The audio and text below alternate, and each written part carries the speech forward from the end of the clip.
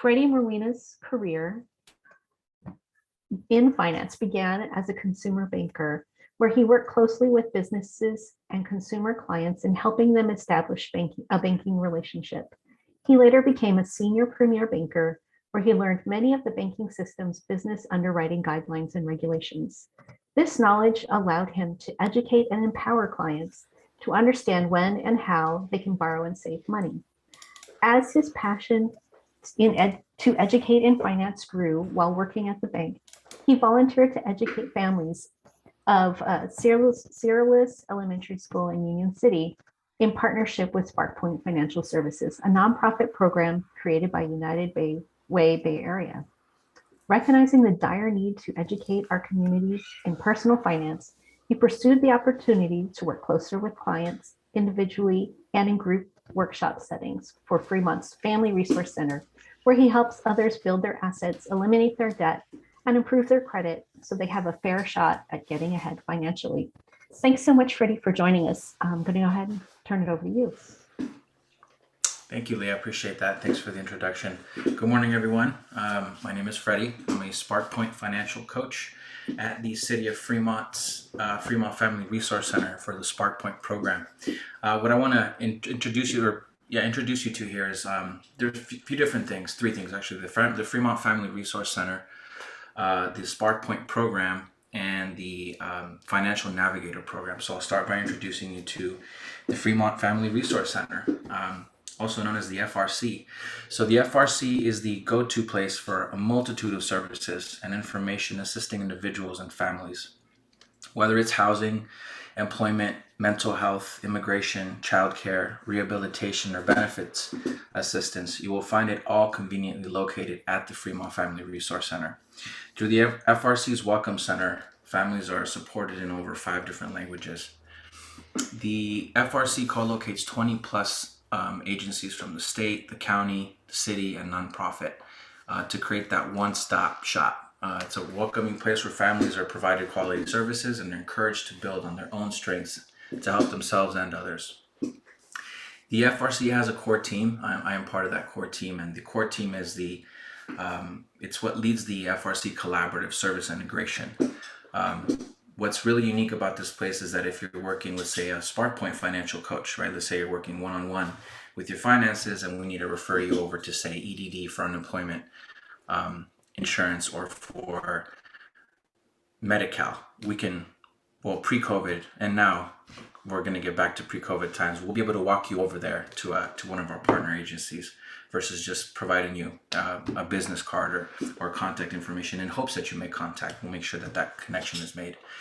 We do offer family support services, which leads me into the next slide here. Family support services at the FRC. We provide family support coordination, so we coordinate different services. We do have a working wellness program, which is a CalWorks program, where an individual gets access to a case manager, a counselor, a therapist, a financial coach, and even a social worker, all in one room, basically, as a team to help create that plan, to help coordinate services for the client. We provide safety net programs, mental health therapy for adults, including those on CalWorks.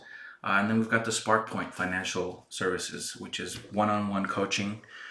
We create personalized financial plans. SparkPoint's goal is to help educate and inform individuals about how money works, because let's face it, if we make one wrong financial decision, we might be looking at years of financial hardship.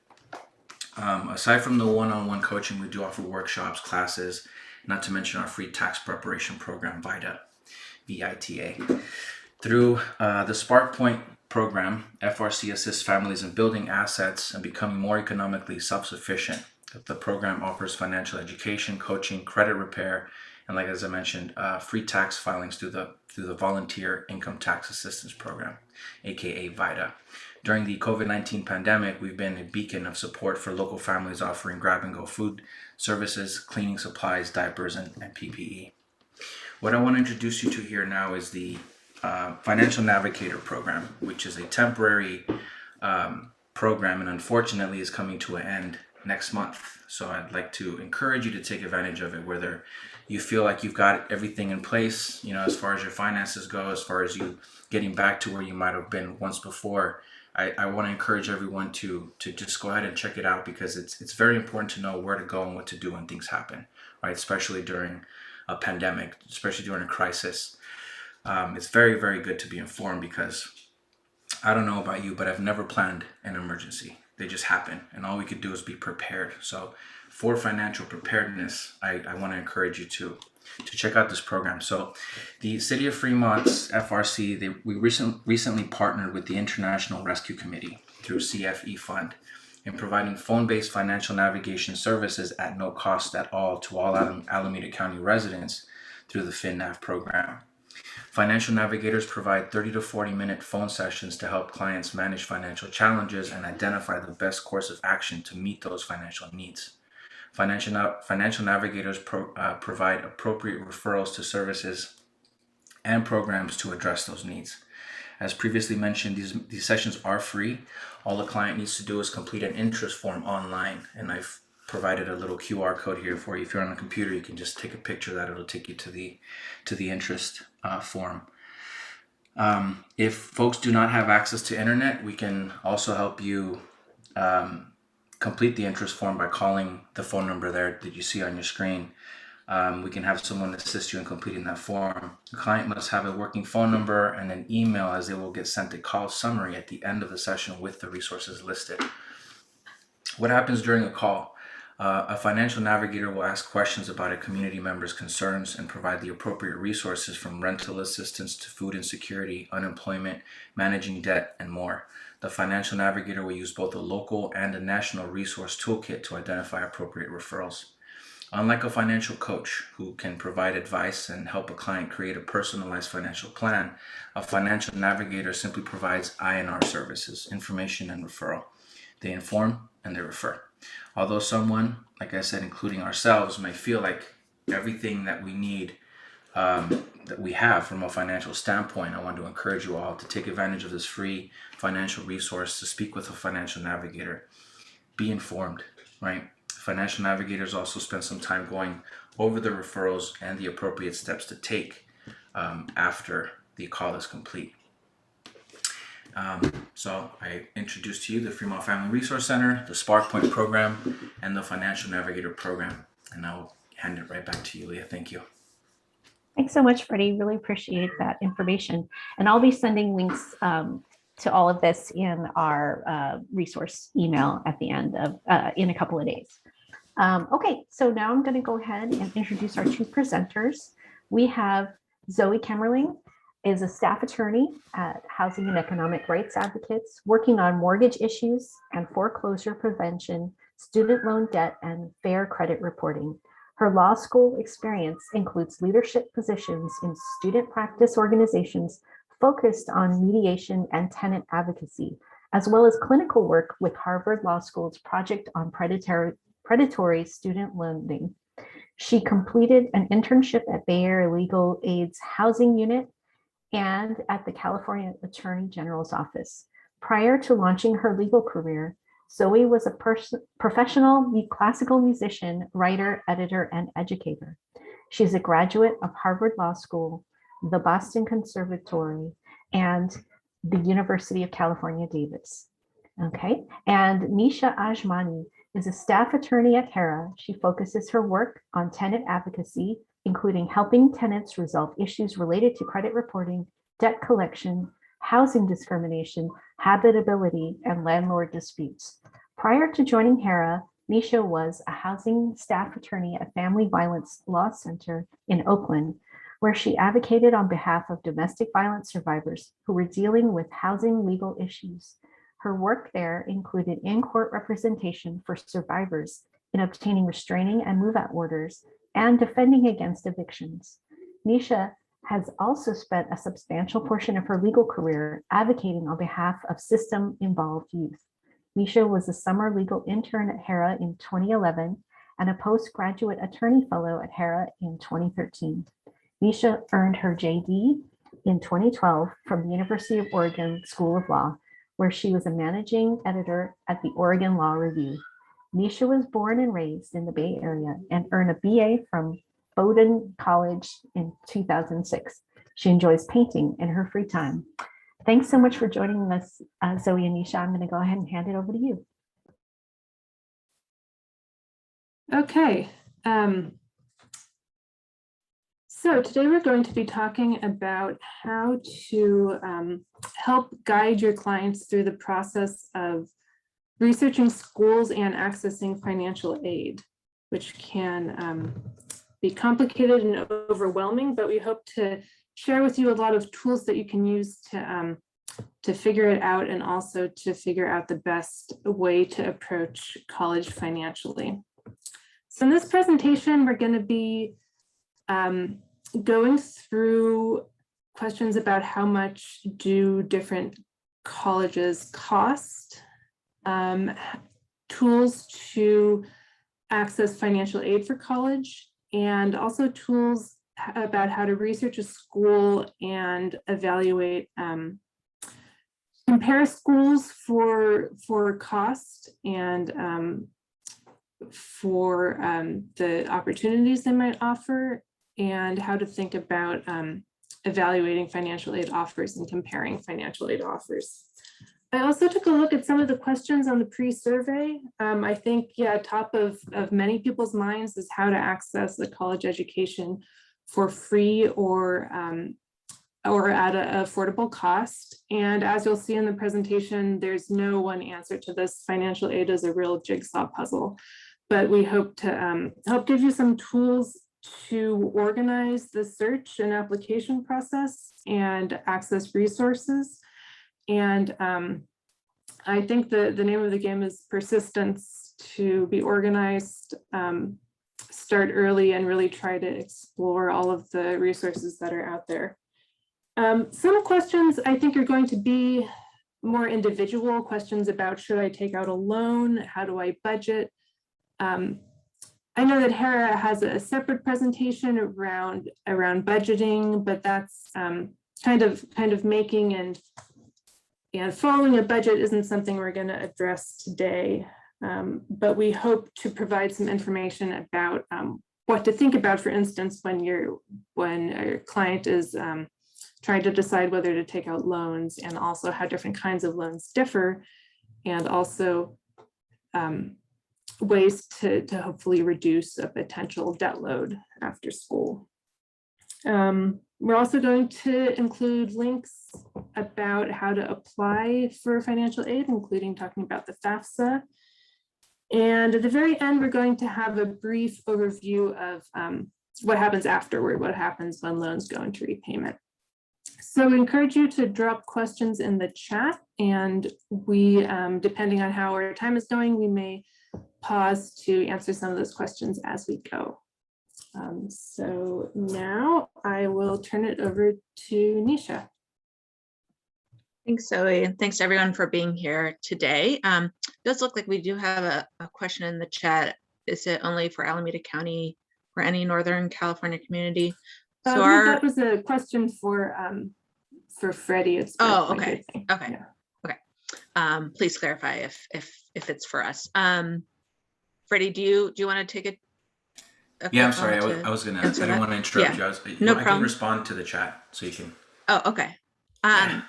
Okay. So first, we're going to talk about generally how much colleges cost in California, depending on the type of school. So for community colleges, this is 2-year public colleges throughout the state that offer associate degrees and a path to transfer to California universities. So for example, Laney College, College of Alameda, Berkeley City College, these are examples of community colleges.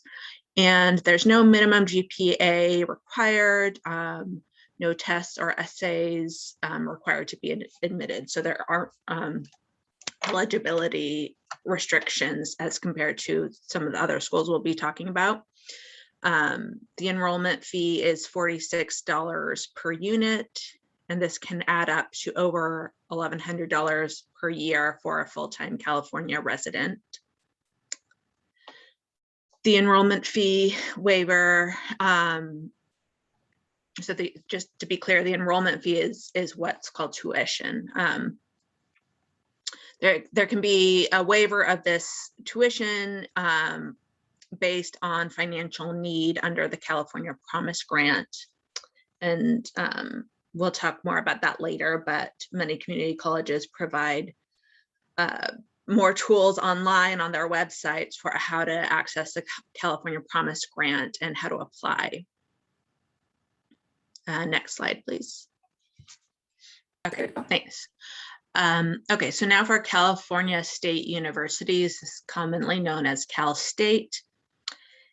So it's public, but it's different from community colleges. So it's 4-year university that offers bachelor's degrees and postgraduate degrees.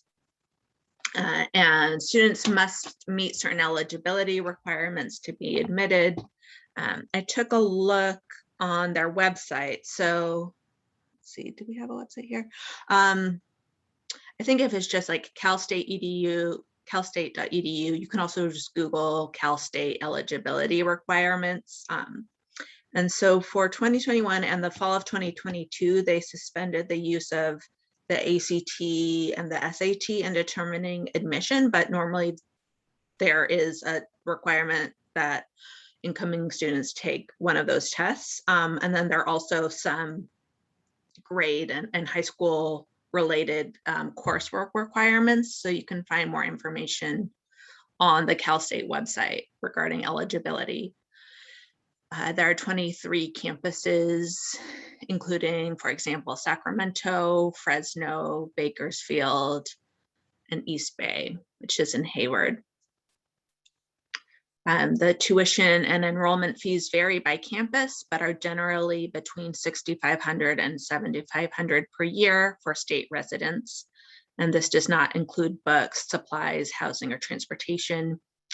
And you can check out this website down here for more specifics about how much each campus costs. And there's a pretty helpful breakdown of average costs related, for example, for food. You know, if it's in San Diego, housing might be more expensive down there than it is in maybe, you know, a more rural part of the state. So you can find a lot of helpful information on this website for each campus. So I would definitely recommend checking that out. Next slide, please. So here's an example of what you can find on this website for Cal State Fresno. This is for 2021 to 2022. And I did take a look. It does look like the cost does increase slightly each year. So definitely, you know, depending on the year that your clients are applying or that you're looking into to the cost of college, make sure it's up to date. So yeah, this is 2021, the cost of the overall costs for a student living on campus, but you can also break it down by living off campus or living with parents. So it will range a little bit depending on the student's circumstances. So tuition will always stay the same at $6,651. Books and supplies was about $1,125. Food and housing was approximately $10,758. Transportation was about $1,018. Personal and miscellaneous, so just, you know, other things, 2,774. So the total was about 22,326. And this includes the tuition, which, sorry, this might have been an old number.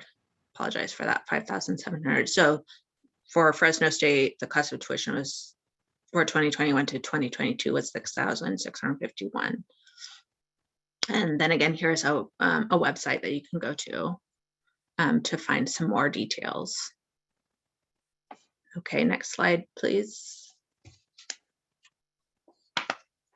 Okay, so now for University of California, so for UCs, again, this is different from Cal State and the community colleges. So it's 4-year universities in California that are public.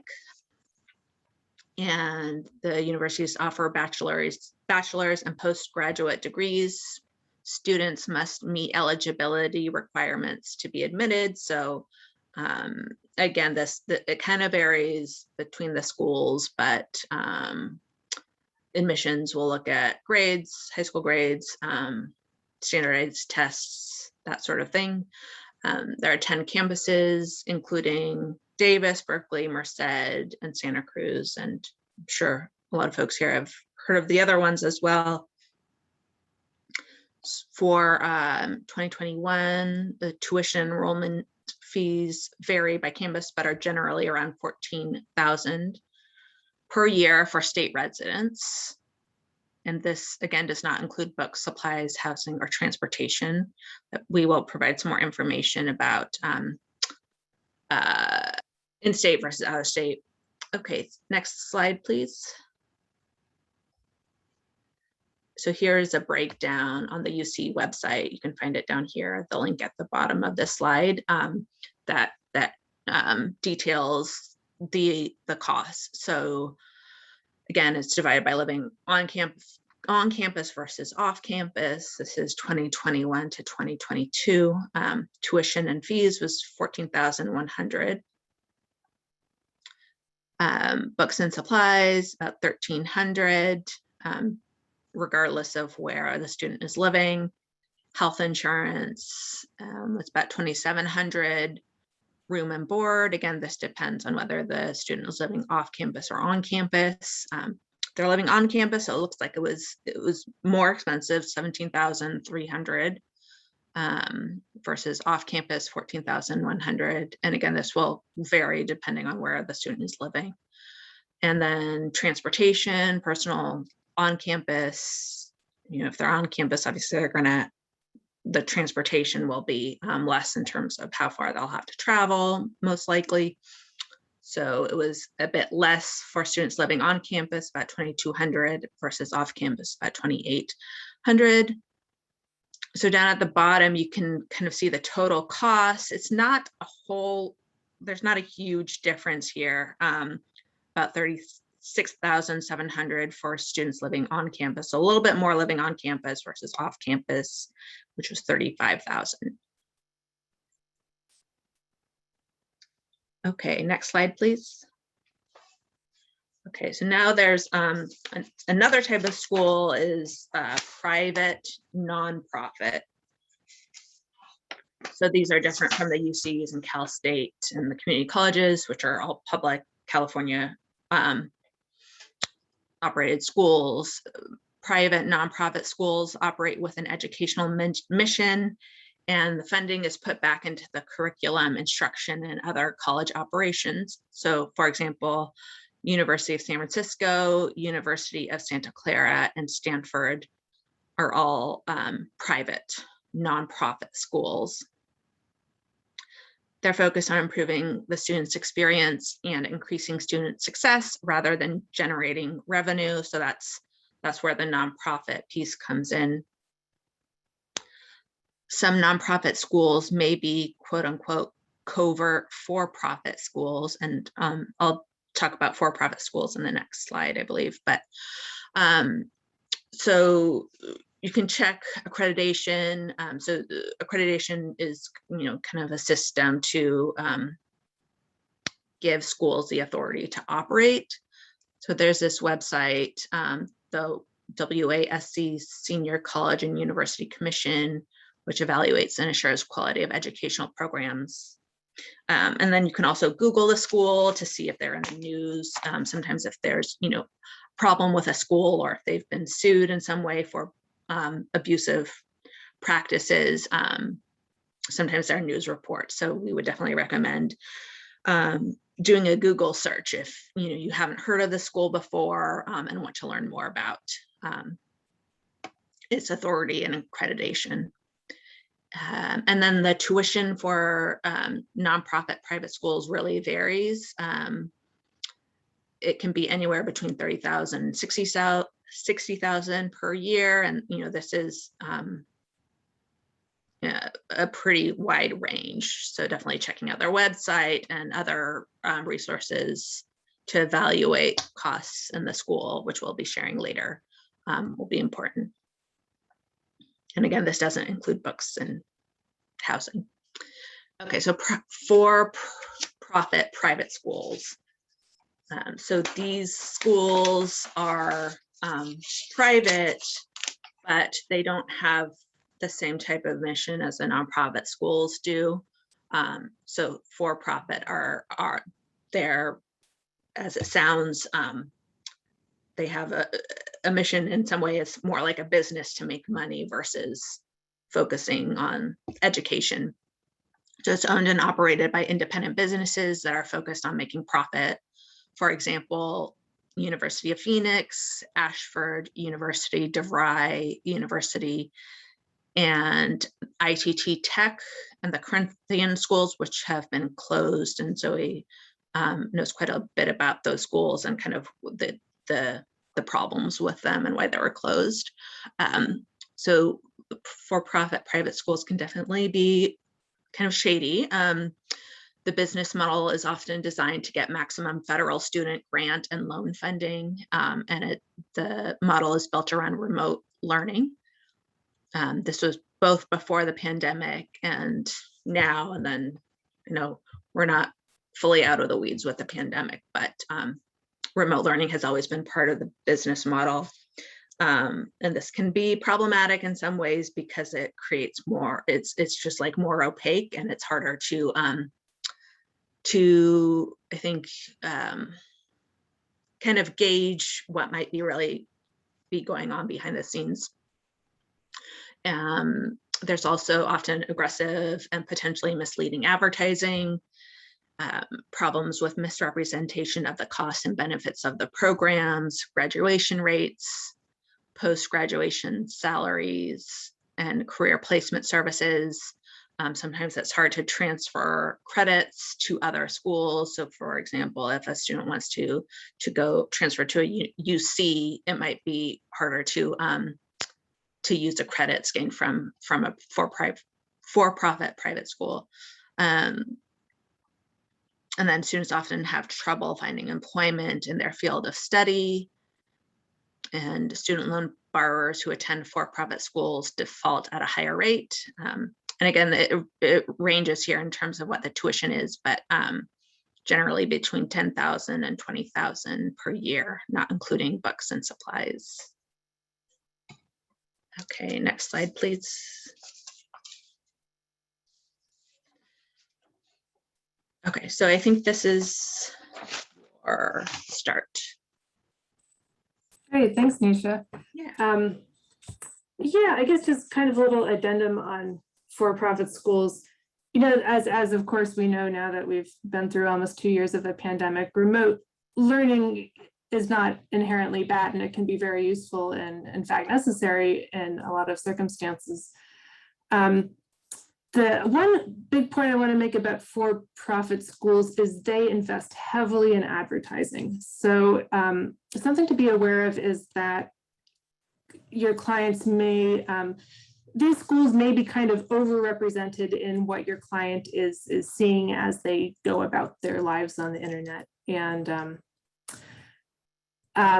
of course, us being a law firm, we see a lot of the negative fallout of schools like the high profile Corinthian colleges that have shut down and that have generated a lot of graduates with huge debt loads and very little career options, and people not being positioned by their school to have a successful career and financial life and be able to repay them. So this isn't to say that in some cases a for-profit school may work out for a student and be a good choice for them, but we from our position of seeing the results of some of these schools, we like to urge caution with them.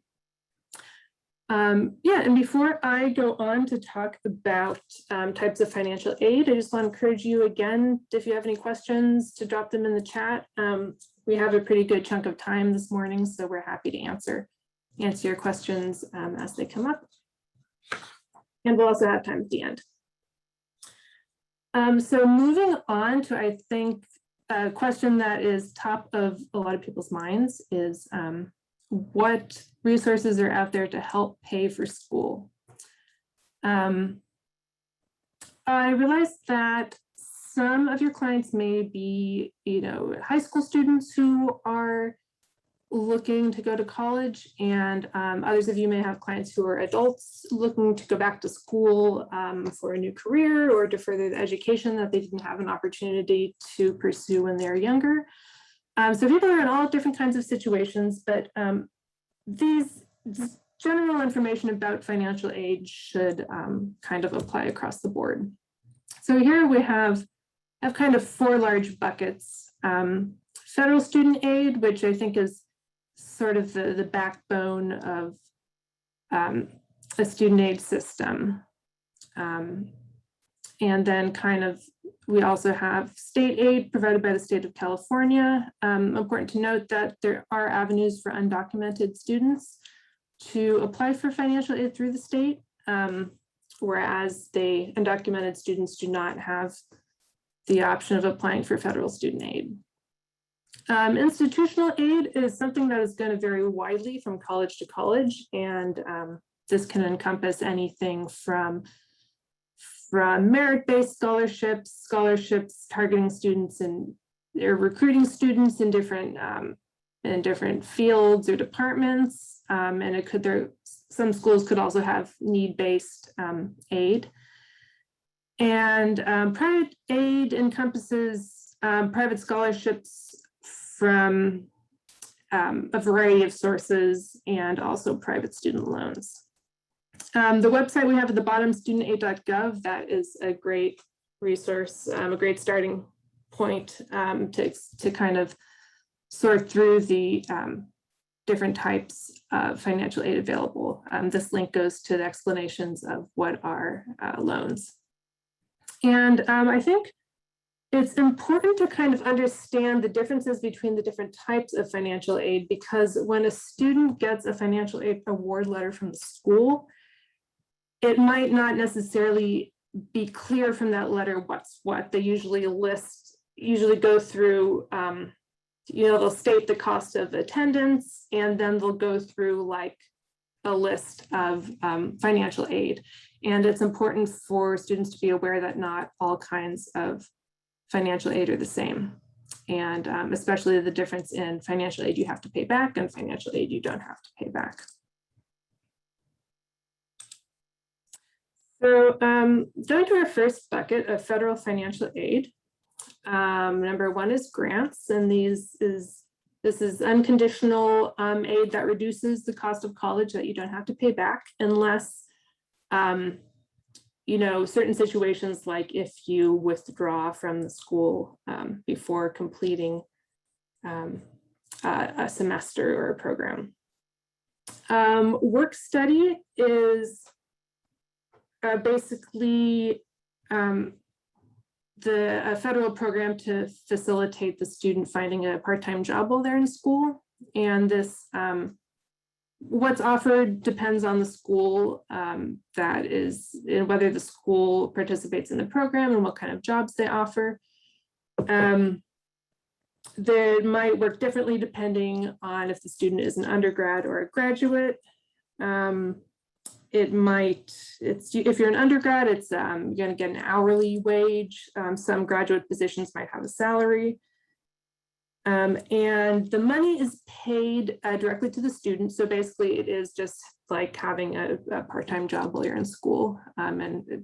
Basically it's a assistance with and a guarantee that you'll have a position available to work. And then of course, loans are the type of financial aid that you borrow and that accrue interest and that you must pay back after graduating. So there's different kinds of federal grants. And again, the studentaid.gov website breaks them down and gives more details on each of them.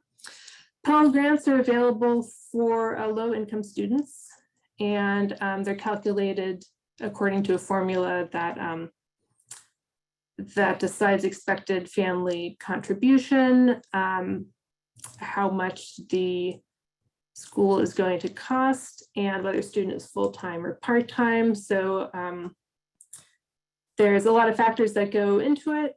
There's a maximum grant that you can receive.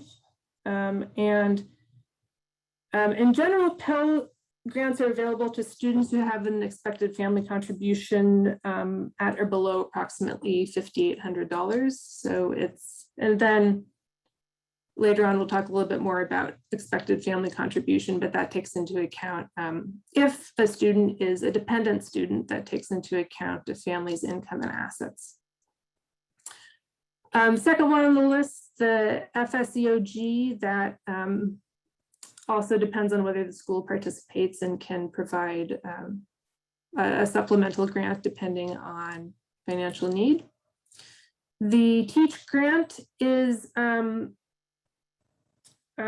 special grant that is actually conditional. It requires that a student promise to make a plan to teach in certain high need fields for at least 4 years and to complete these 4 years of teaching within 8 years of graduating.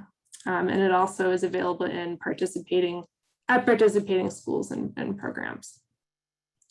And the last one on here is the Afghanistan and Iraq service grants. And this is a special category of students who has a parent or guardian who is in the U.S. Armed Forces and died. And there's 2 ways that this special status can allow a student to access more financial aid. There's a supplemental Pell Grant that may be available if there is financial need. And if a student is ineligible for a Pell Grant because their expected family contribution is too high, then this last category, the service grant, can make additional grant funding available despite the EFC status. And later on we'll have a slide about the FAFSA, but it's important for students to fill out the FAFSA every year to remain eligible for any grants that they may be eligible for. Okay, so moving on, these are the different kinds of federal student loans that may be available to a student. There's a variety of older federal loan programs that have been discontinued, whose names you may have heard. These include FFEL and Perkins loans, but nowadays, if you're applying for new funding, you're going to be applying for a direct loan, which is a loan taken out directly from the Federal Department of Education. The difference between subsidized and unsubsidized loans, subsidized loans require a showing of financial need, and unsubsidized loans can be accessed in addition to subsidized loans, and they are also available to other undergraduate and graduate and professional students. Eligibility is not based on financial need.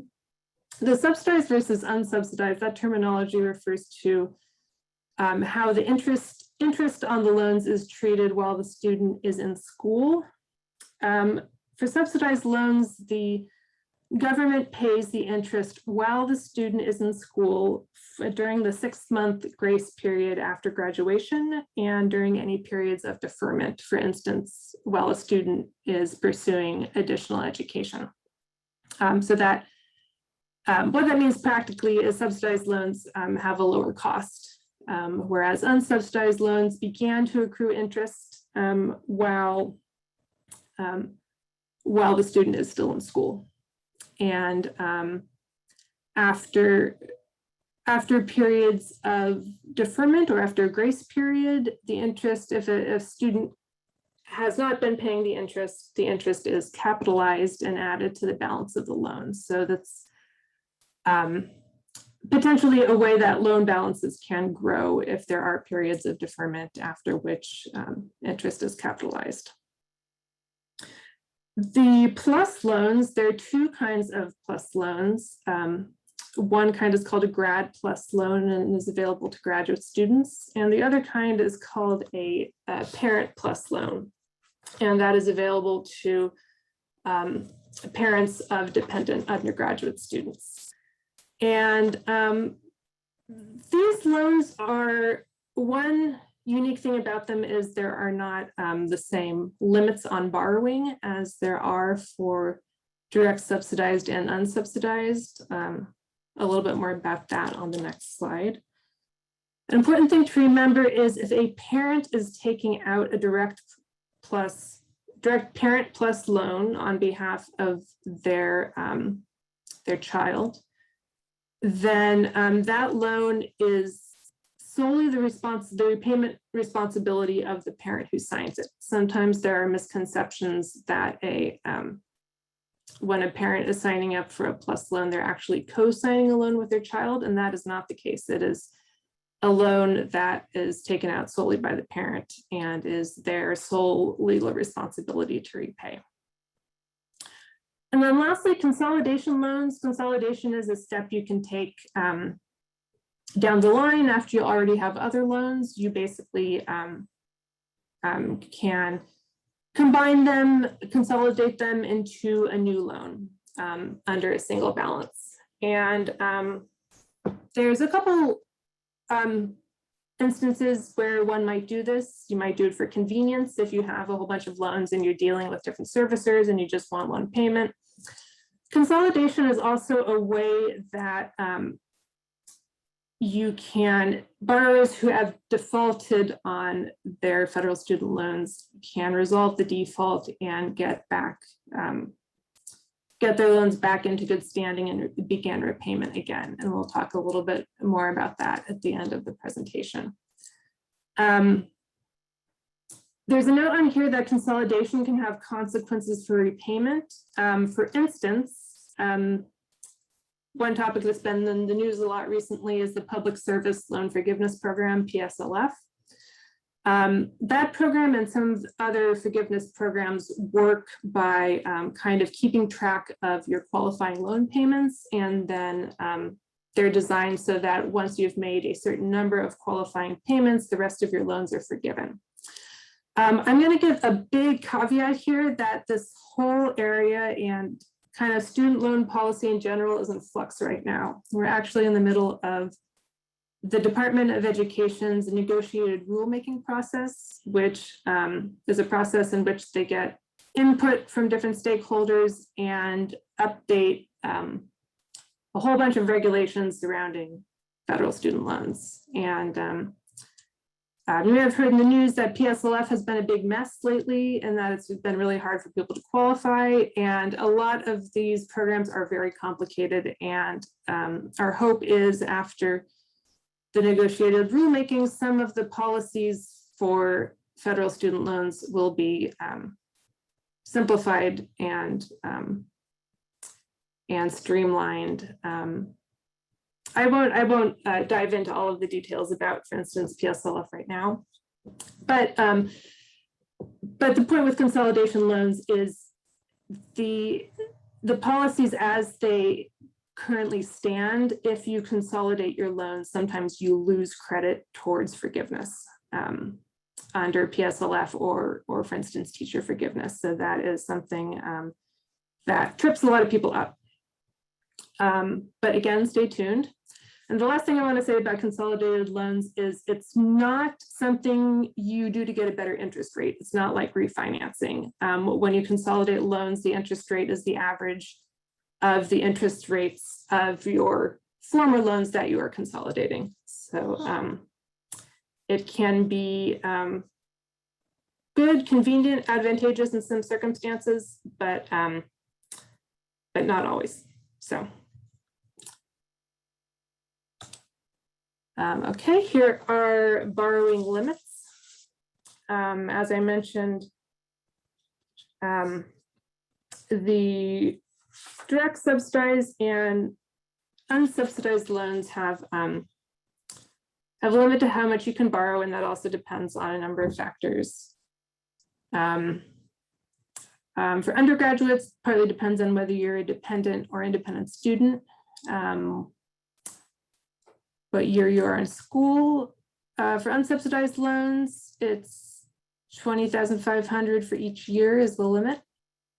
And then an important In contrast to those numbers, which are kind of like hard limits, an important point to make about plus loans, both grad plus loans and parent plus loans, is there is no set limit. The limit in borrowing depends on the cost of attendance at the institution that you are attending. And the cost of attendance is determined by the school itself. So like Nisha was talking about in the earlier slides, especially with private schools who sometimes can charge high tuition, cost of attendance might be quite high, factoring in tuition, living expenses, especially if it's an area with a high cost of living.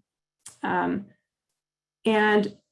direct plus loans can potentially fill the gap to make up that remaining cost of attendance not covered by any other financial aid.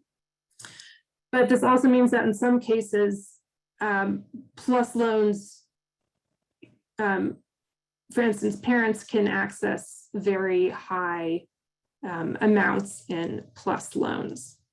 Which, depending on the financial situation of the parents, might be okay or might be problematic. Another thing to note about plus loans is, unlike other federal student loans, they require kind of a minimal credit check. And this isn't a credit check this isn't the same kind of credit check that you would undergo to take out a private loan, or for instance, a car loan or a mortgage. Like those kind of loans probably are, the lender would go through your credit reports in detail and look at your credit score and kind of use those factors to evaluate your credit worthiness. In contrast, the credit check for plus loans, there's basically just a checklist that you have to meet of things that count as adverse credit history. And this includes having accounts on your credit report that have an outstanding balance greater than about $2,000 and are 90 more days delinquent. It includes having a bankruptcy on your credit report within 5 years of the report, a repossession or foreclosure within the same time period, a charge-off or write-off of other federal student loan debt will disqualify you, and a history of wage garnishment or tax lien within the 5 years. If you don't have any of those things on your credit report, you can qualify for a plus loan. And even if you do, sometimes you can still qualify if you get an endorser, which is like a cosigner, or if you make an argument of extenuating circumstances. So basically, plus loans are something to potentially be wary of, because there's no mechanism to evaluate a parent borrower for ability to repay. Kind of a normal student loan that a student would take out on their own behalf is premised on the assumption that you're investing in your financial future and in your earning power, and that the idea is after you earn your degree, you will be getting a job that pays you enough to repay the loans. Whereas a Parent Plus loan could be a good choice for parents who have a fairly high income, but don't have liquid assets to put towards students' education. But we see in our practice, it can also sometimes be a trap for parents who are low income, who don't have a lot of experience with credit or with higher education or with the American higher education system, that it is something that starts to accrue interest right away, and that, as I mentioned earlier, is the sole responsibility of the parent to repay. And we've found that sometimes plus loans are not not fully explained by the school that's offering them. So something to be aware of. Zoe, Yeah. it looks like we have a question in the chat. Do you have a chance to take a question? Yeah. Okay. So this participant wants to know, is there any specific financial aid for youth in the foster system? During the FAFSA process, it asks if the child is a dependent of the court. Does it make a difference if the student marks that or not? Yes, I believe if a child is in the foster system or dependent of the court, that means that they are considered an independent student, which means that they will be evaluated only on their own income and assets and don't have to provide parent or guardian information. And when we get to the section on California student aid, there's also some special programs for foster children on the state level. And then the same participant says she just wants to add that some private schools give very generous scholarships to low-income families, so don't discourage your clients from applying to a private school. Yeah, I think that's a good point. Yeah, so right now I've been going through options for federal student aid, but yeah, that's a good reminder that schools vary widely in what they offer in terms of scholarships and grants. And yeah, like there's many different layers to the college affordability question. You know, tuition and fees, that's just one layer, because as the participant pointed out, some schools that are charge high tuition may also have offered generous scholarships. So can I just add a little point there, just as Yeah. anecdotally, I know in the last like 5 or so years, a lot of private nonprofit schools started to build up essentially a fund to try to give as many grants as possible to students, so to try to like reduce the loan rate. Again, it's very dependent on the school and varies, but just to kind of echo that, like even though the tuition might look higher and there might be kind of like sticker shock, there could potentially be a lot of opportunities for grants and scholarships. So just keep that in mind. Great, thanks, Nisha. Yes, I'm still, yeah, one more slide on federal student loans. I think this is worth, you know, kind of talking about at length, because many students take out federal student loans. Even if you're in a situation where you get a good scholarship or grant, often there's that, you know, it might not completely cover cost of attendance and supplies and living expenses. So if you have clients who are filling out the FAFSA, chances are they are going to encounter federal student loans and be facing a decision about whether to take them out. Here are some of the advantages of federal student loans, especially if you're comparing them to private student loans. Obviously, if you're comparing them to grants or scholarships, money that you don't have to repay is always better than taking out a loan.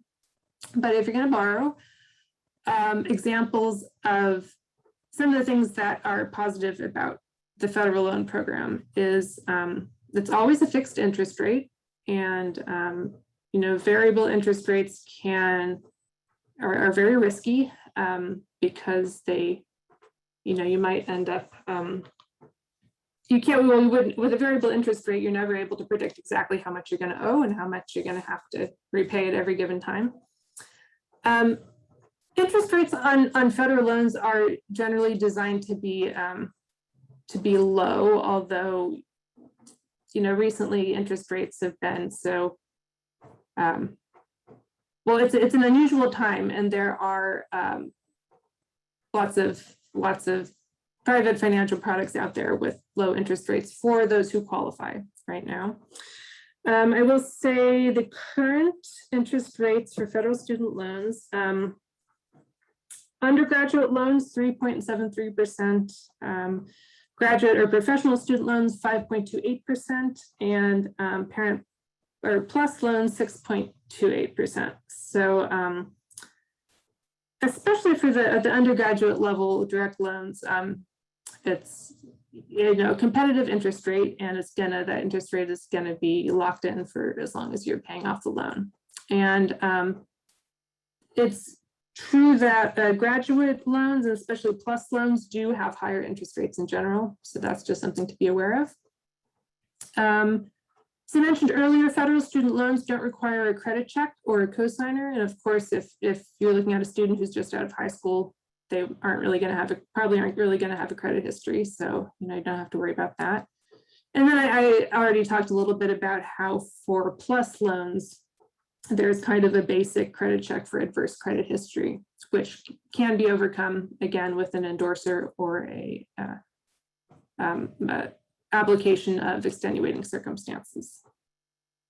For federal student loans, you never have to start repayment until after you leave college or drop below half-time. So you don't have to be making payments while you're in school.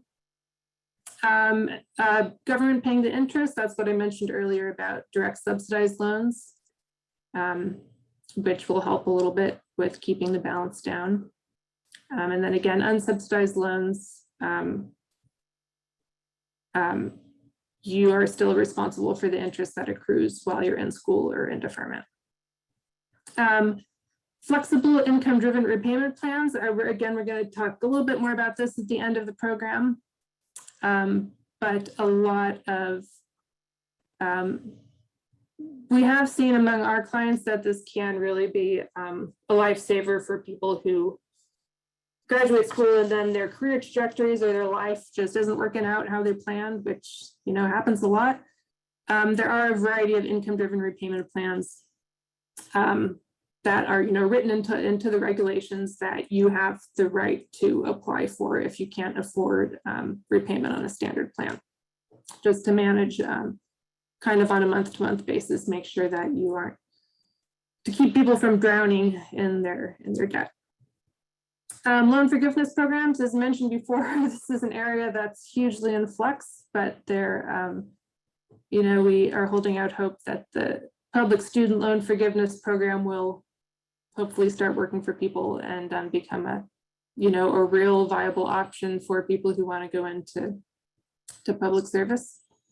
And then there are other kind of discharges that are built into the federal regulations that borrowers can apply for in certain circumstances. And a discharge is basically applying to get the remainder of your loans forgiven and or reimbursement for amounts you've already paid. And some circumstances that people might be applying for discharges in are, there's one called total and permanent disability. If a borrower becomes disabled and it's pretty clear that they're not really going to have any earning potential in the foreseeable future. A discharge available if the borrower dies. And then there's ones that are, a little less grim. If you, there's a application called borrower defense to repayment that is available if you have gone to a school that has misled you. And this was kind of started being used in response to the Corinthian colleges that Nisha mentioned earlier, the chain of for-profit schools that had a lot of fraudulent practices and induced students to take out a lot of loans with false representations, false promises, and in some cases, outright forgery. So this just to say these are legal mechanisms if there has been basically fraud or other wrongdoing involved in the origination of loans. But we hope partly through the information we're highlighting in this presentation to kind of help your clients avoid being in a circumstance where they would have to apply for that kind of discharge. But it is good to know that it's out there. Moving on to California state financial aid. So this, if your client is filling out the FAFSA, will through the FAFSA, you can apply for federal and state financial aid. And yeah, and as we will mention later, there's also a separate mechanism for undocumented students to apply for state financial aid. But for those using the FAFSA, that's the way to apply for these state options. Cal grants awarded based on financial need, and as with also some of the federal grants, you're required to maintain satisfactory academic progress to maintain eligibility for these grants. And you can use a Cal grant at a state university you see. Whoops, I think this should say University of California, California State University, or community college. And yeah, to the question about foster youth, their state has a specific grant for students who were in foster care. The middle class scholarship is another grant for students with family resources in a certain range. Middle class scholarships can, depending on the situation, can cover between 10 to 40% of tuition and fees at a UC or CSU. And then there's special grants for active members of the National Guard and for dependents and spouses of law enforcement personnel who were killed or disabled on duty. And the link at the bottom, you can read more about all of these programs and their eligibility requirements. But again, we always encourage people, use the FAFSA to apply, and that should kind of automatically funnel the applicant into whatever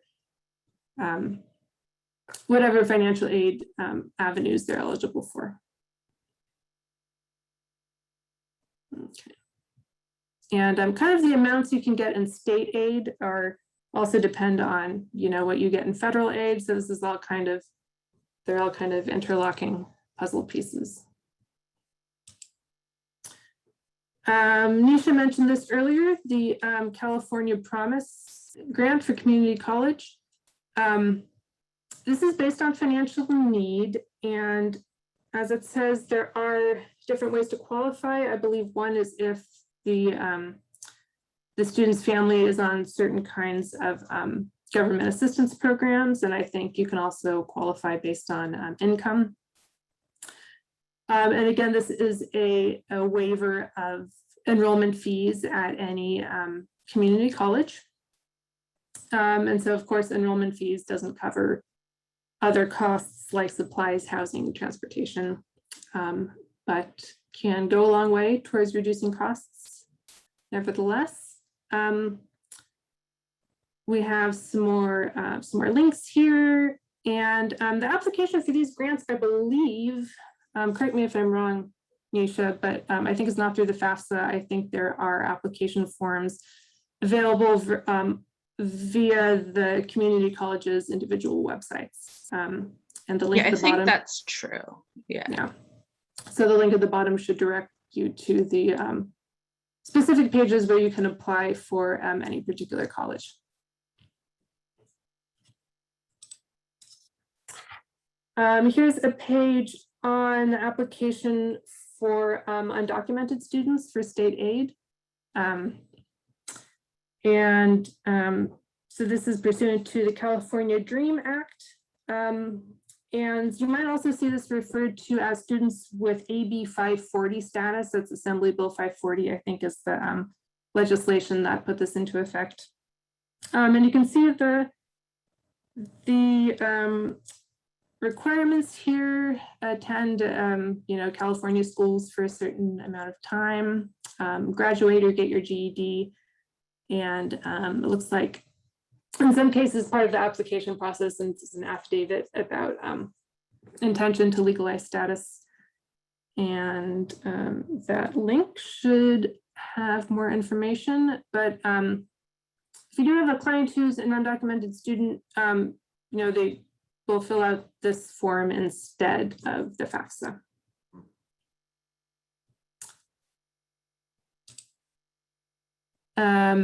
Speaking of the FAFSA, here's a page with more links about the FAFSA. If you are, so again, we touched briefly on dependent versus independent students. If a student is a dependent, you can kind of see some of these links will also lay out the definition of a dependent versus independent student. But if a student is a dependent, they will need one of their parents to register to complete the FAFSA as well. And I believe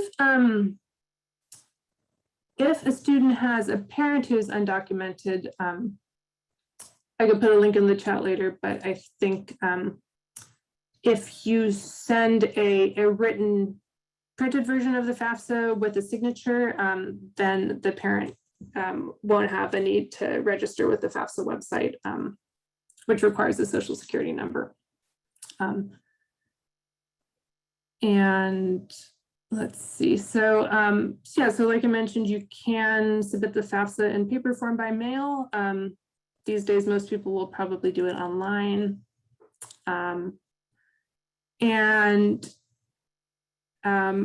I think our next page, we have a page about scams, but please be aware that you should never ever have to pay anyone to help you fill out the FAFSA or to submit the FAFSA on your behalf.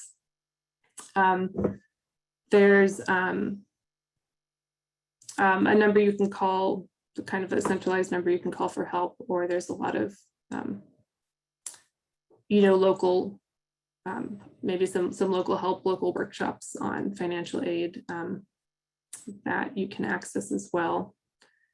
We have a link on there to get an estimate of eligibility.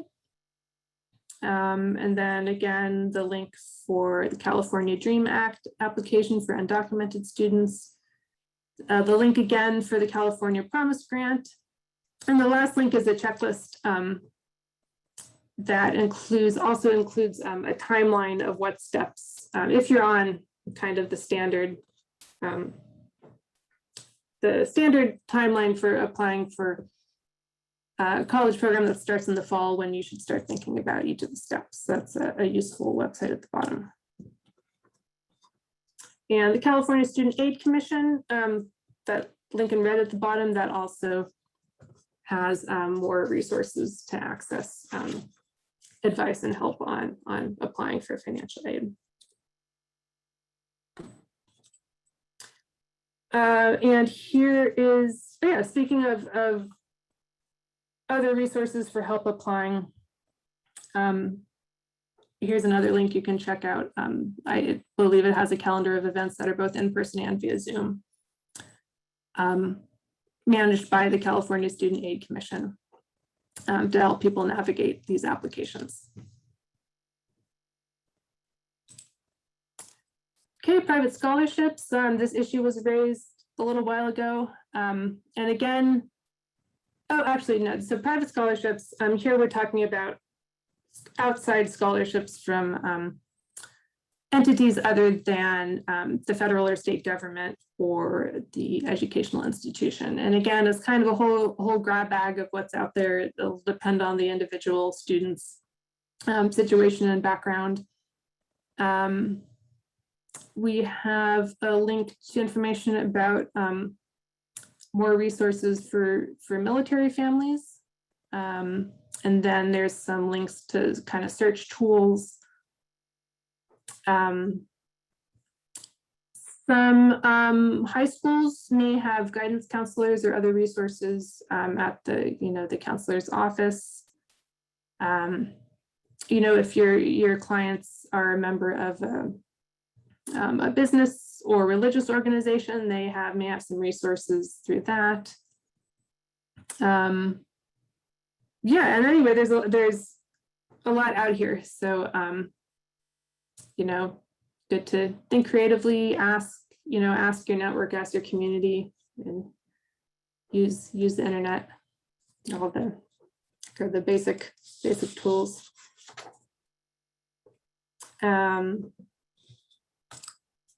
Just a couple more slides, and then if there are other questions, I'm happy to field more questions.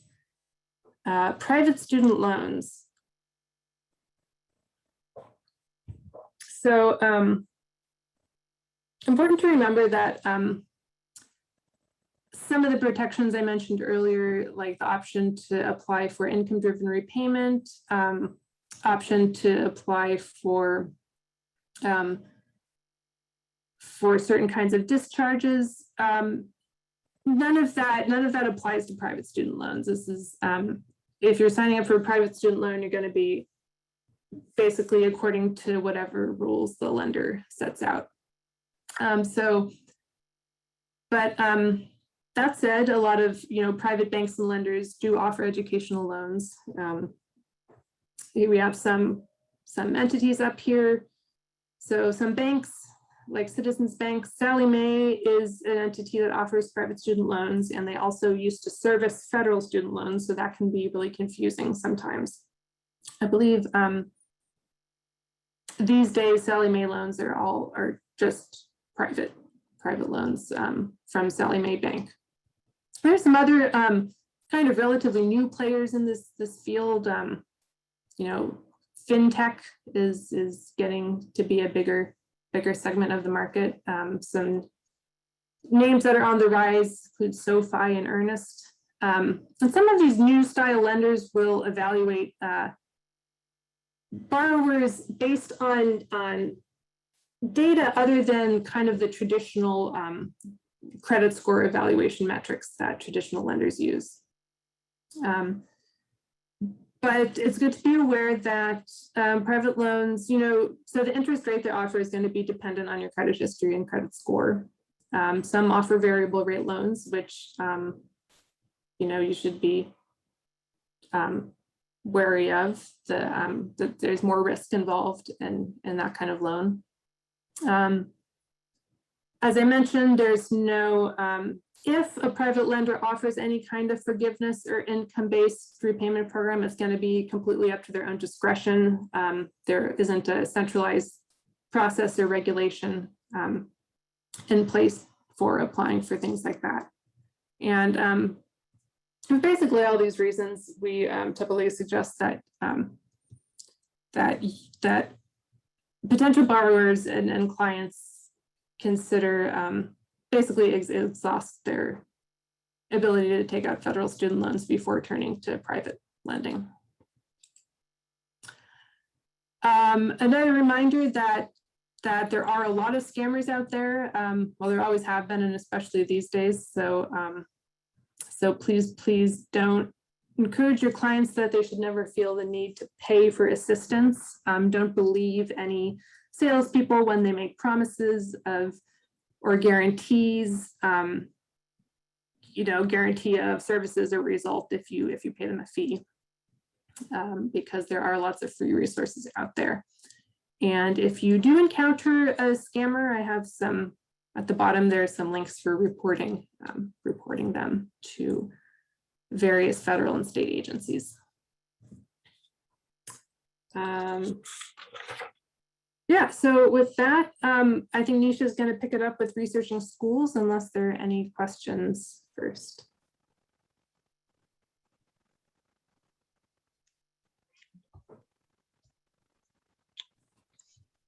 Not seeing any in the chat yet.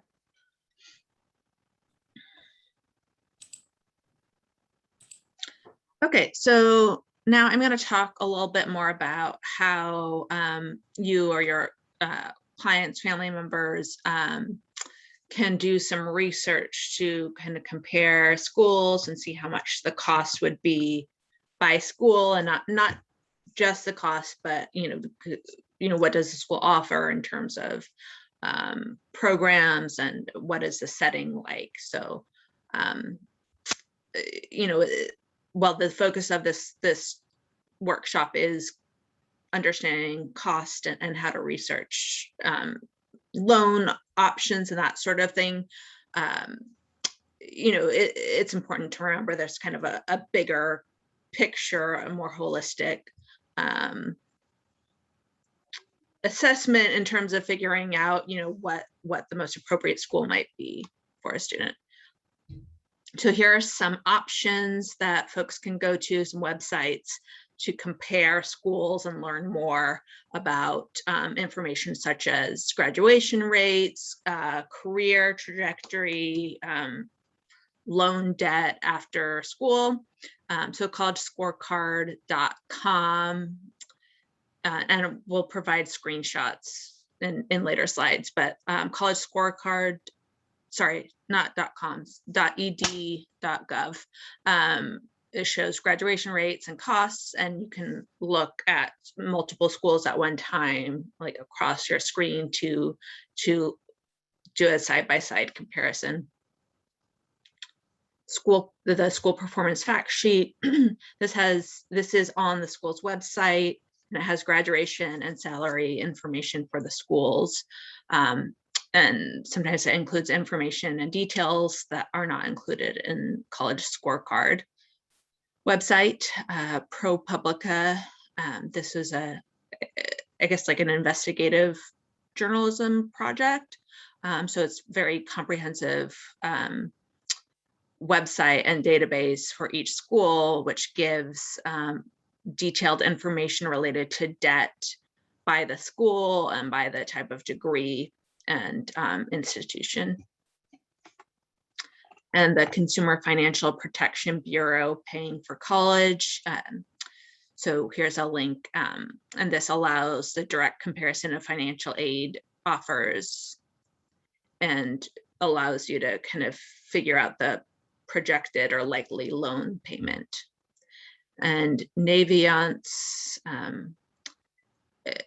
Zoe found this, correct me if I'm wrong, but I think it looks like you can only if the high school is like a member and participates in this program, can a student and their family access it, but it offers kind of a wider variety of tools and resources to kind of determine a high school student's readiness level for college, and again, not just focus on kind of the costs, but also what are the students' career interests, other types of factors that might be considered in deciding where to go for college. Okay, next slide, please.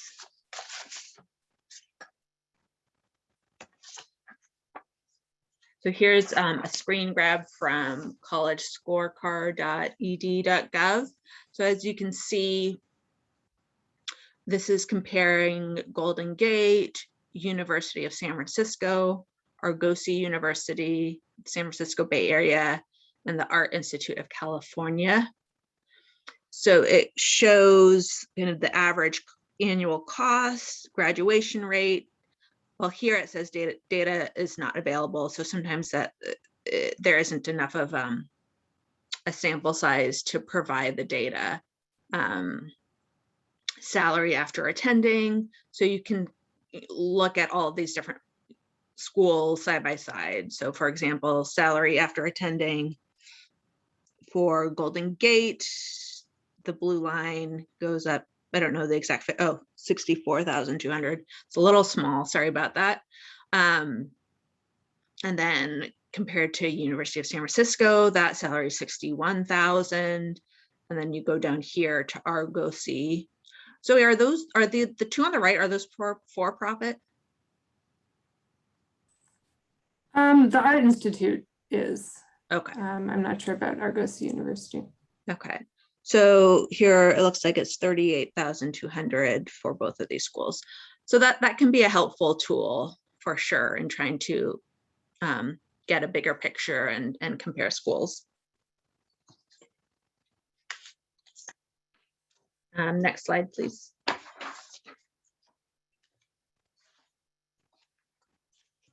So the school performance fact sheet. This is on for-profit school website. So for-profit schools are regulated by the California Bureau of Private and Post-Secondary Education, or the BPPE.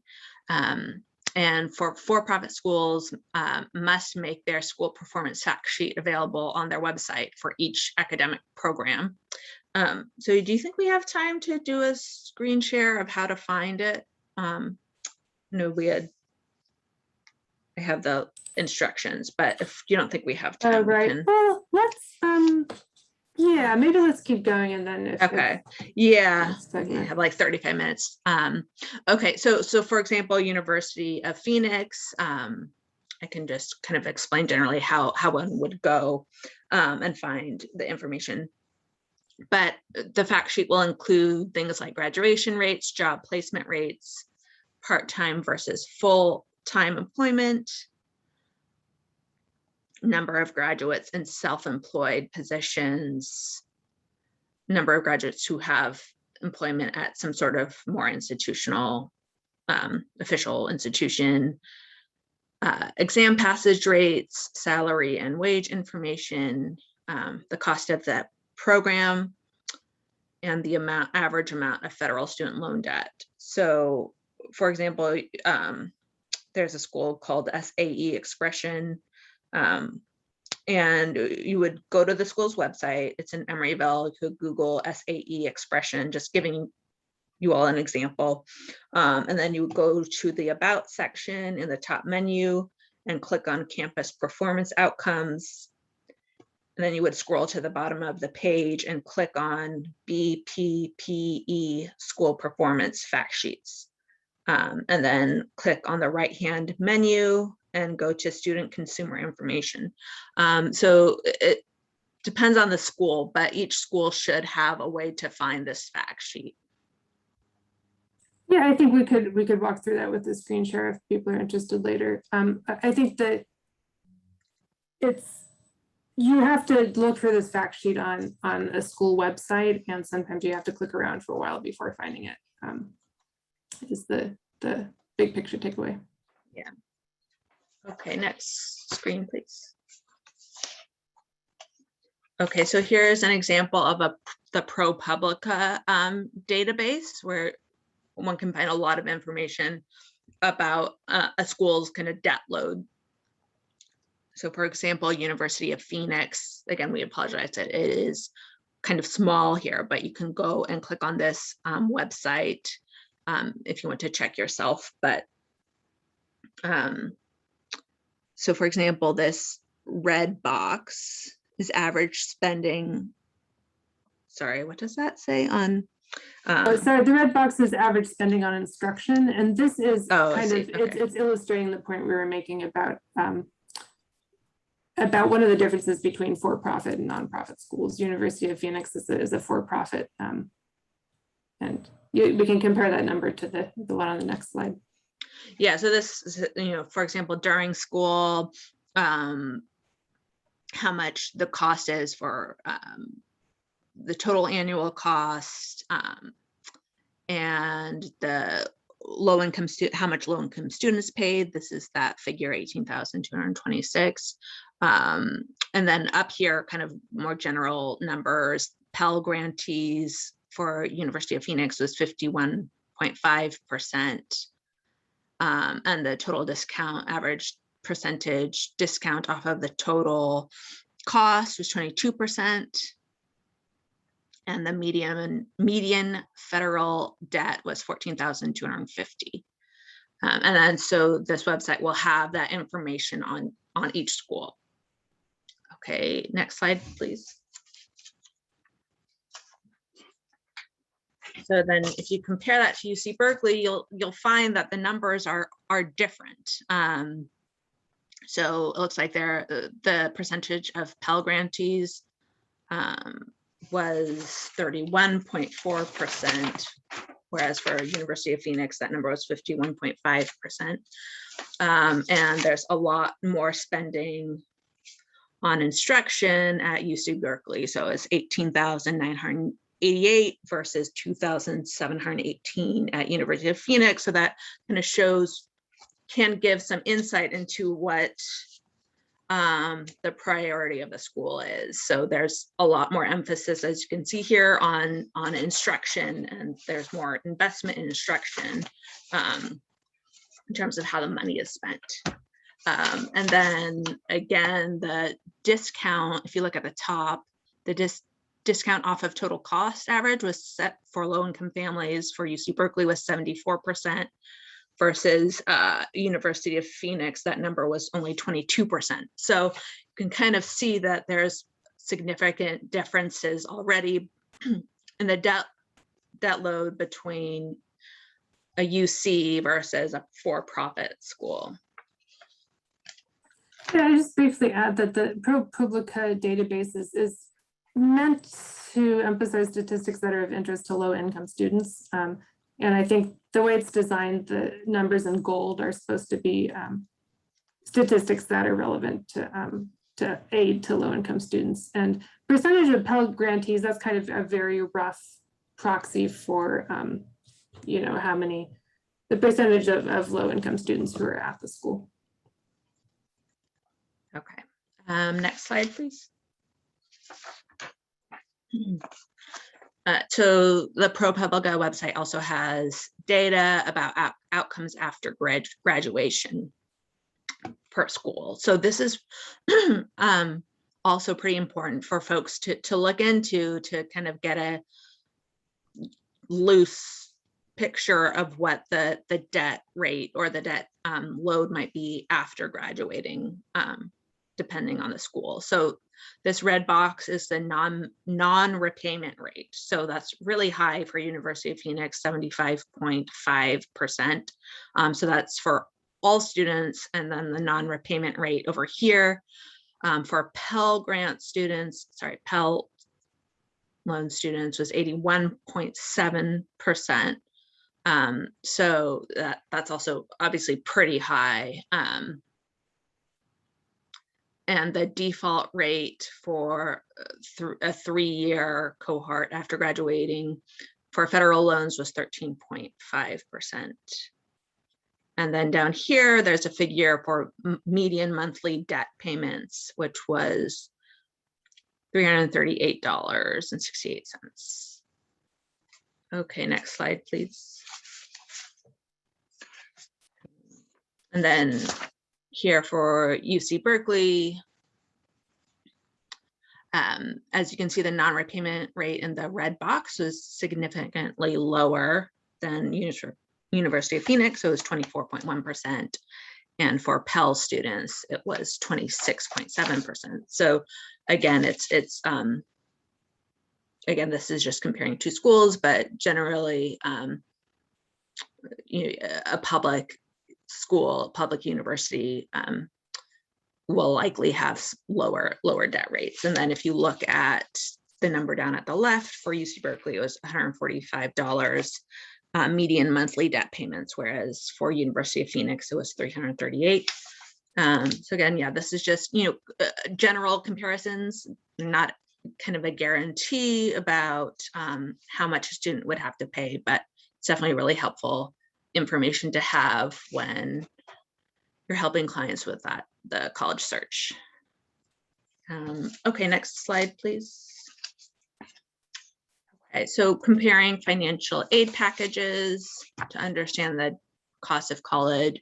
Once a student gets accepted and completes the financial aid application, they should receive a financial aid letter or package in the mail. And so how to kind of determine whether the package is enough and to how to understand kind of the differences between financial aid letters a student might receive. So there are kind of like 3 main factors to look at. What's the overall cost of attendance?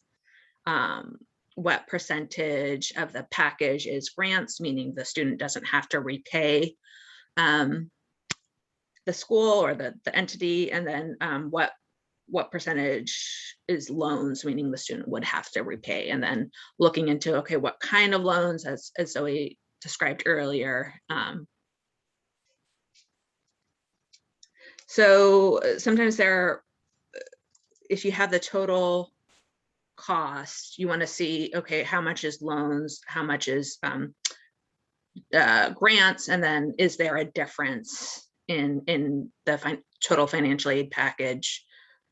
Is there a difference between the total cost and how much aid the student will receive?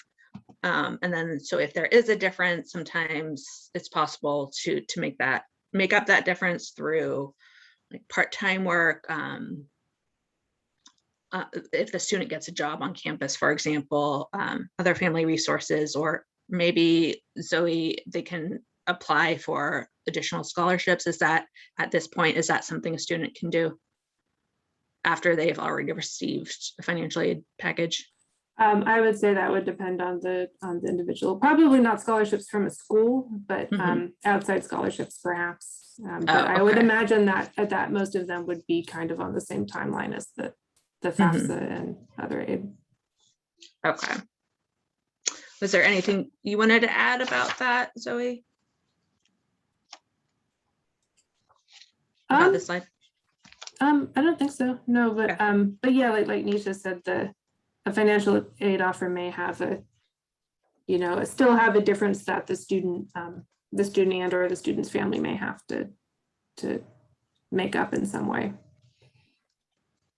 Okay, next slide, please. So here's just another example using Fresno State University. So using a California Student Aid Commission's net price calculator, you can kind of determine how much a student would need to spend and how affordable a particular Cal State University would be. So you can find this calculator down here at the bottom at this link, and it's really pretty user-friendly, I think, and helpful. And you can get a picture for how much the cost of living and aid and tuition would be for each particular school, kind of depending on the student's circumstances. So here's just an example for Fresno State.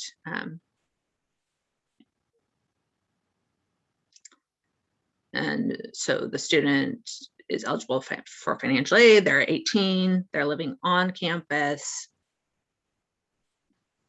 They're eligible for in-state tuition because they live in state. They're not married, have no children. Okay. Yeah, so here's a screen grab of Fresno State.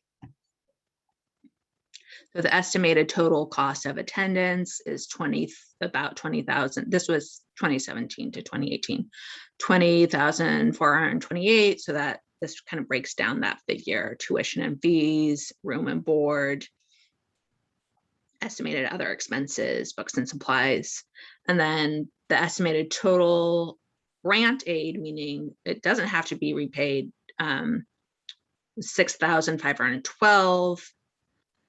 And then the estimated net price after grants and scholarships was 13,916. So that is the total amount that a student or their family would have to pay, or that would be available or that they might be able to get in loans.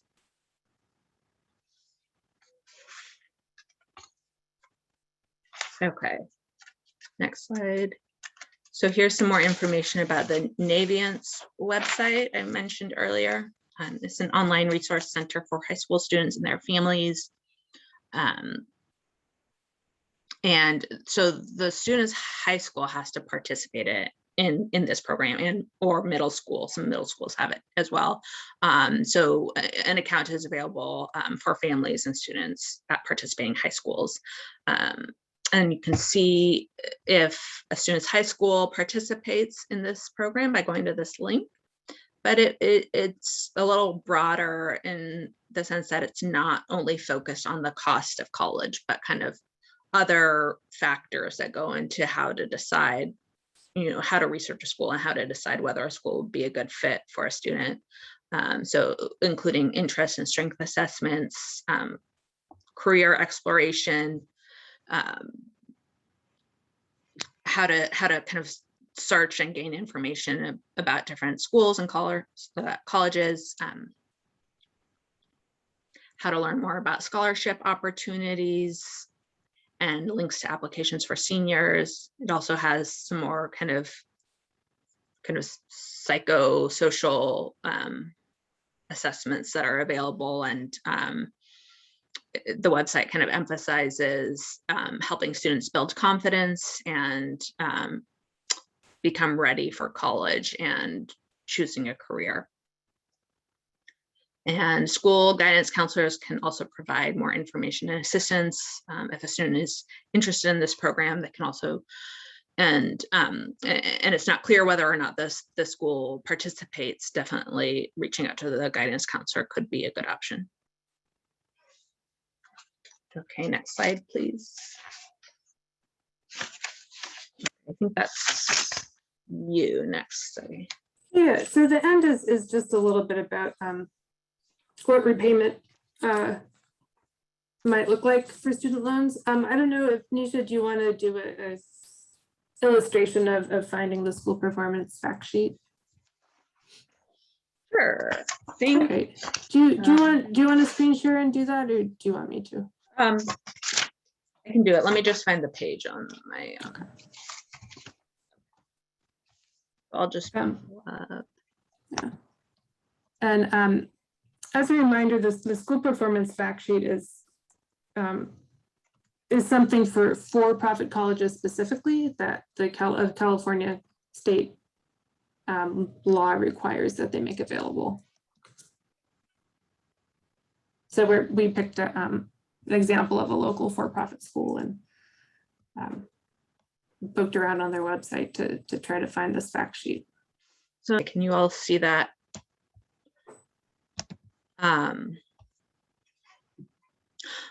Okay, so this is SAE Expressions, which is in Emeryville. It's a for-profit school. So we go to About, Campus Performance Outcomes. I just need to move my video. There we go. Okay. So if you scroll down here, it says these are the data reported to the Accrediting Commission of Career Schools and Colleges by the institutions in their most recent annual report. So it shows kind of the different programs,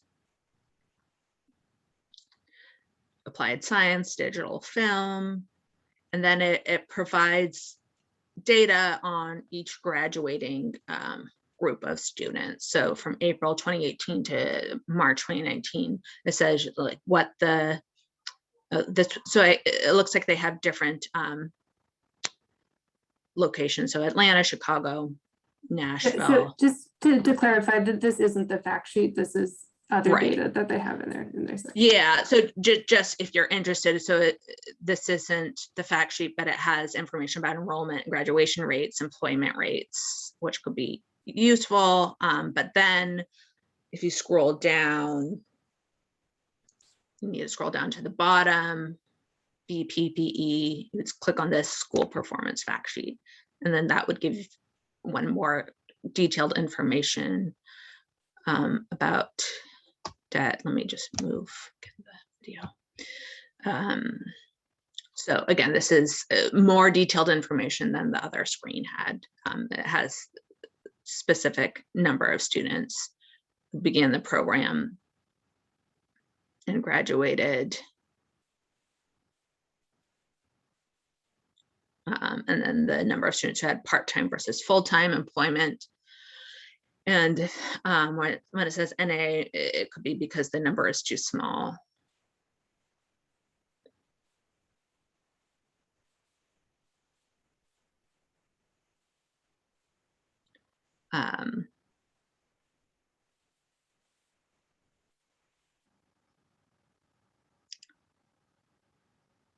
Then it provides information about graduates who are self-employed or working in freelance, or versus graduates who are working in the field of their study at the school. Then number of graduates who are employed by the institution.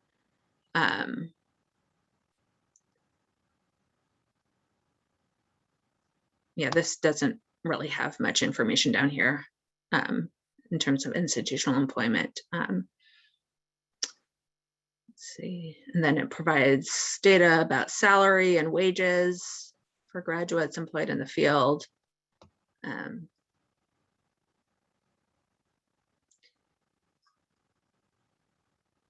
You can see kind of salary levels and how many are earning what level of salary.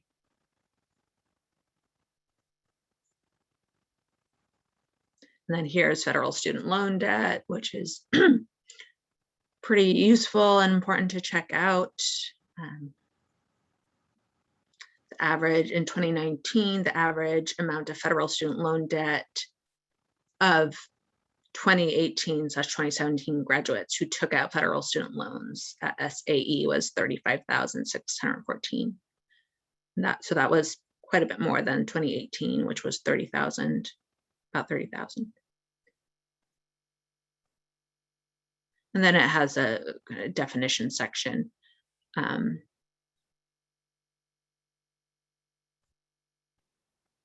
And it says students have a right to cancel an enrollment agreement at any time by contacting the admissions office. So each school is supposed to have this fact sheet, as I mentioned before, but it will vary in terms of how to find it on their website. But we did want to give you all an example of one school and how to find that information. Okay. So I'm going to go ahead and, well, first of all, does anybody have any questions about this?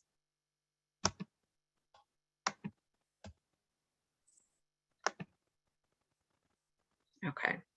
Okay, so going back to our last section, I'll move through this kind of quickly. A lot of it we've already touched on, but this is rights and obligations after graduation if you have taken out a student loan. So as I went through before, there are federal student loans and private student loans, and federal loans have a specific set of law and regulation that applies to them. So it's important if often at Harrow we get clients at this stage who are in default, haven't been keeping up with their loan payments, and we're kind of trying to untangle things. At the bottom here, the federal student loan database, which you can access through that same studentaid.gov website, that will have comprehensive information on a borrower's federal student loans, and a credit report, which you can access on that website, annualcreditreport.com. That should have information on both federal and private student loans. As I mentioned, federal loans have a variety of options for repayment if a borrower isn't able to keep up with the standard 10-year repayment plan. Extended repayment just stretches out the term longer. You end up paying more in interest, but can sometimes make lower, more affordable payments on a monthly or yearly basis. Graduated repayment is another one where you kind of step up how much you repay every month. I mentioned consolidation, where you can combine multiple loans into one loan. And I also mentioned income-driven repayment and various statutory discharges available in certain circumstances. This is a kind of a breakdown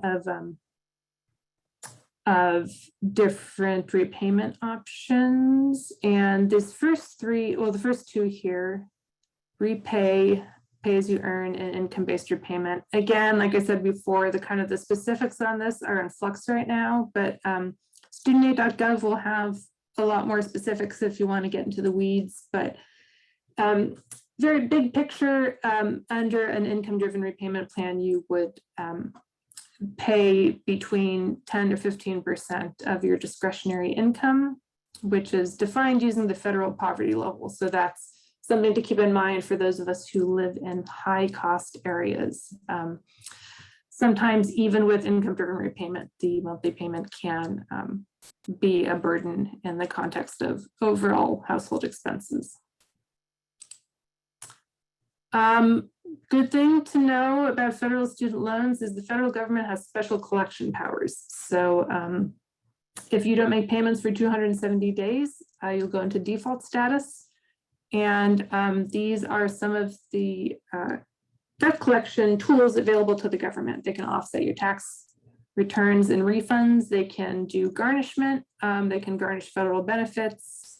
And you also are ineligible for further student aid if you want to go back to school. So it's really important to, if you're taking out student loans, for borrower to try to stay on top of things and be proactive in accessing income-driven repayment if they need to avoid default status, which can have pretty drastic consequences.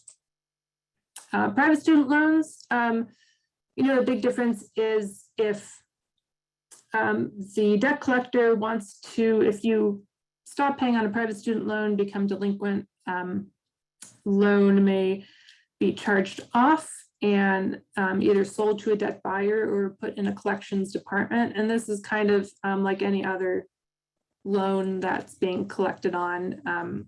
If the creditor or debt collector wants to take a step like garnishment, they have to file a lawsuit and get a judgment. And we have HERA has more resources and information on debt collection if you have clients facing this kind of situation.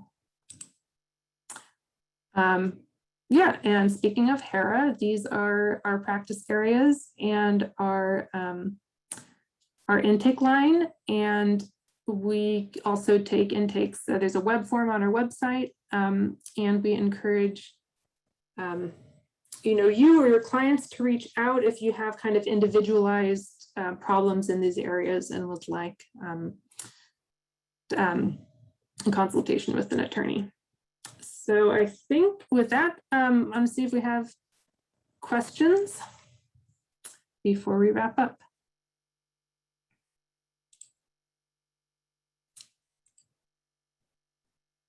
Oh yes, thank you, Leah. That is our website. And I'll be sharing out the recording and links to all the resources and everything after the training. Everybody should already have their evaluation in their inbox. So if there's no other questions, I think we can wrap it up. I'm going to give you guys just a few seconds to see if there's anybody who wants to ask anything. Okay, so I want to thank Zoe and Nisha so much for being here and sharing their information. I also wanted to thank Freddie. He had to leave, but for him giving us a little presentation as well. And I thank you for joining us today. I do want to remind you to do your evaluation. That lets us know what you liked, what you need more of.